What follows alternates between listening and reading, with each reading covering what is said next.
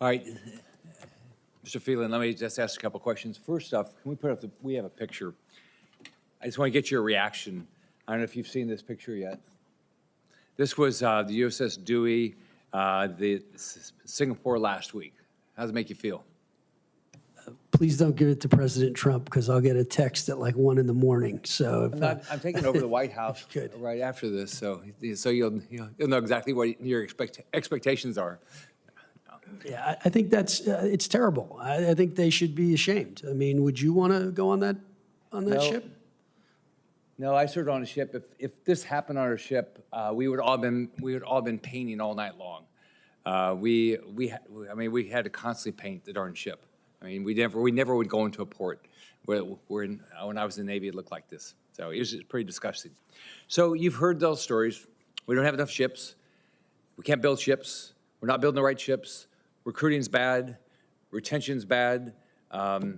Maintenance is bad. So give me, what's your pitch? What's your, so you're a business guy. You took over, you've dealt with troubled companies before. And so how would you do it? Thanks for the question. Look, it's very complicated because this is a huge organization that's very complex with a lot of tradition in it. I think at the end of the day, I have to work with the key senior leadership and set the vision and the tone for what we are going to try to accomplish. And I'm hopeful that a large majority of that leadership is on board with that vision and that tone and what we're going to try to do. And if they're not, then they should reconsider staying on ultimately. I need them and they're going to need me. And so we need to work together in order to try to turn this around. I think we're at as I said, a critical inflection point.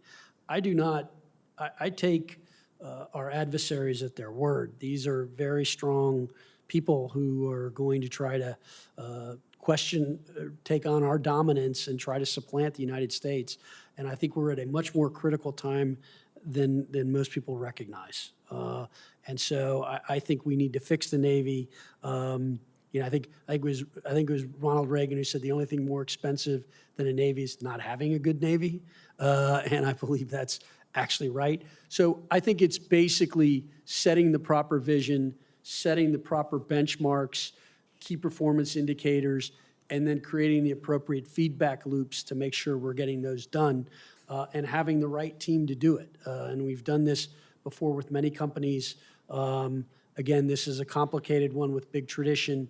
Some of those traditions need to be respected. Some of them need to be questioned, and we need to get modernized. And so that's what I'd hope I'd bring to the table is more of a partnership approach, but with a shared vision and purpose. So were any of your companies like this? I've dealt not with the company this size, but I've dealt with companies that had a lot of complications and that needed to be changed quickly. All right, thank you. Senator Warren. Thank you very much, Mr.